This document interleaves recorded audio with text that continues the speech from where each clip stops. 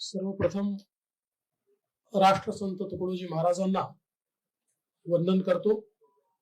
आजच्या या मीनाते जवादे यांच्या स्मृती प्रित्यर्थ श्री राहुल जवादेंनी जे 10 बेडेड आयसीयू तयार केलाय त्याच्या उद्घाटन प्रसंगी मंचावर उपस्थित श्री अनिल मालवीय जी, डॉक्टर करतार सिंह, सुरेश शर्मा जी, महेश साधवानी जी, अरविंद धवड़ जी, डॉक्टर कांचन मांद्रे जी, सर्वच कॅन्सर रिलीफ सोसायटीचे पदाधिकारी, जवादे कुटुंबातील सर्व कुटुंबीय, सर्व डॉक्टर्स आणि उपस्थित सर्व भगिनी आणि बंधूंनो, पहिल्यांदा तर मी कॅन्सर रिलीफ सोसायटीच्या माध्यमातून संचलित राष्ट्रसंत तुकडोजी कॅन्सर हॉस्पिटलला 50 वर्ष पूर्ण झाले त्याबद्दल मी खूप खूप आपले अभिनंदन करतो, आपले आभार मानतो।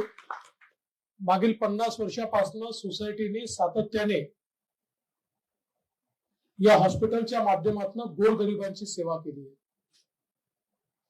कॅन्सर सारखा एक रोग हा केवळ व्यक्ती नाही तर त्या व्यक्तीच्या संपूर्ण परिवाराला अत्यंत कष्ट देणारा रोग आहे।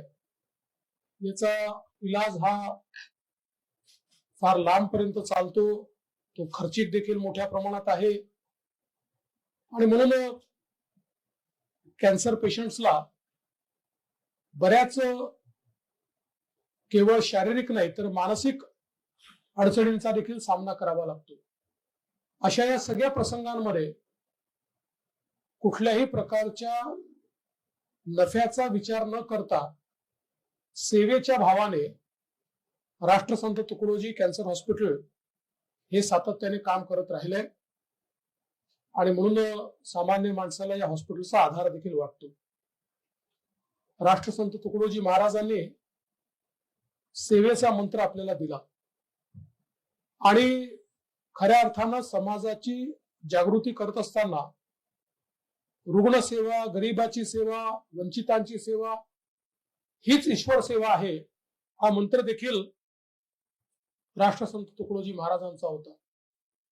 जे का रंजले गांजले त्यांची म्हणे जो आपुले, तोची साधू ओळखावा, देव तेथेची जाणावा, हे सांगणारे राष्ट्रसंत होते। त्यामुळे देवत्व कुठे पाहायचं हे देखील त्यांनी आपल्याला शिकवलं आणि मला असं वाटतं की त्याच त्यांच्या विचारांवर आधारित कार्य हे या ठिकाणी चालतं।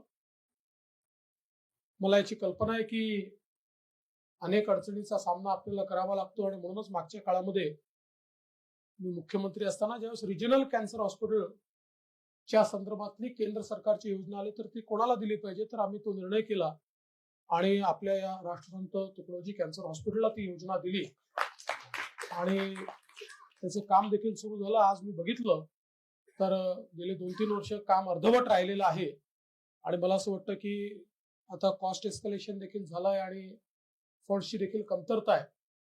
आपल्या या सोसायटीचे प्रमुख हे आपले डिव्हिजनल कमिशनरच या ठिकाणी असतात आणि म्हणून मी आत्ताच जिल्हाधिकारी आपले सन्माननीय विपिन इटनकरजी, डॉक्टर विपिन इटनकरजी जे स्वतः एक डॉक्टर आहेत ते देखील या ठिकाणी आहेत। मी त्यांना आत्ताच विनंती केली आहे की त्यांनी स्वतंत्रपणे इथे येऊन ही जी नवीन बिल्डिंग आहे या बिल्डिंगची पाहणी करावी, त्याच्यामध्ये पुढे त्याचा रोडमॅप काय असू शकतो या संदर्भातला रोडमॅप तयार करावा, जेणेकरून येत्या काळामध्ये केंद्र सरकार, राज्य सरकार किंवा स्वयंसेवी संघटनांच्या माध्यमातून त्याच्याकरता निधी उभारून लवकरात लवकर हे जे काही आता 250 बेडेड आपल्याला नवीन हॉस्पिटल तयार करायचं आहे, कारण आता ही इमारत जुनी झाली आहे तेव्हा ती इमारत तयार करून मला असं वाटतं की ही इमारत आपल्याला तोडावी लागेल आणि इथे देखील मग नव्याने त्याचं प्लॅनिंग करावं लागेल।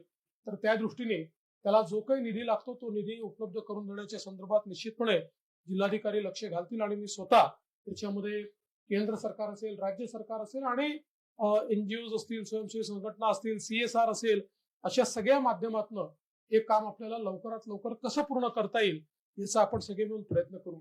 आज खरं म्हणजे हे अत्यंत दुर्दैवी आहे की कॅन्सरचा प्रादुर्भाव खूप मोठ्या प्रमाणात वाढतोय।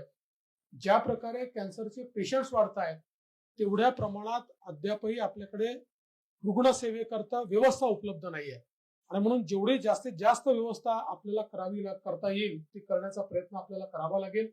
कारण हे खरं आहे की कोणाला अशा प्रकारच्या व्यवस्थेत जाण्याची गरज पडू नये. ही जरी आपली किती इच्छा असली तरी व्यवस्था ही उभी केलीच पाहिजे. कारण गरजवंतांना त्या ठिकाणी कुठेही त्यांना उपचार मिळत नाही अशा प्रकारची अवस्था येणं हे मला असं वाटतं अतिशय दुर्दैवी असणार आहे. आणि म्हणून मी या आपल्या 50 वर्ष पूर्ण झाल्याच्या निमित्ताने आणि जवादेंनी राहुलनी या ठिकाणी अतिशय सुंदर अशा प्रकारचं आयसीयू तयार केलेलं आहे. त्यांचं आणि त्यांच्या परिवाराचं देखील मी मनापासून अभिनंदन करतो. आणि त्याचसोबत आपल्याला हे आश्वस्त करतो की ही जी काही 250 बेडेड आपली हॉस्पिटलची बिल्डिंग आहे ती पूर्ण करण्याकरता मी स्वतः पुढाकार घेऊन त्याला जास्तीत जास्त जी काही मदत करता येईल ती करण्याचा मी प्रयत्न करेन.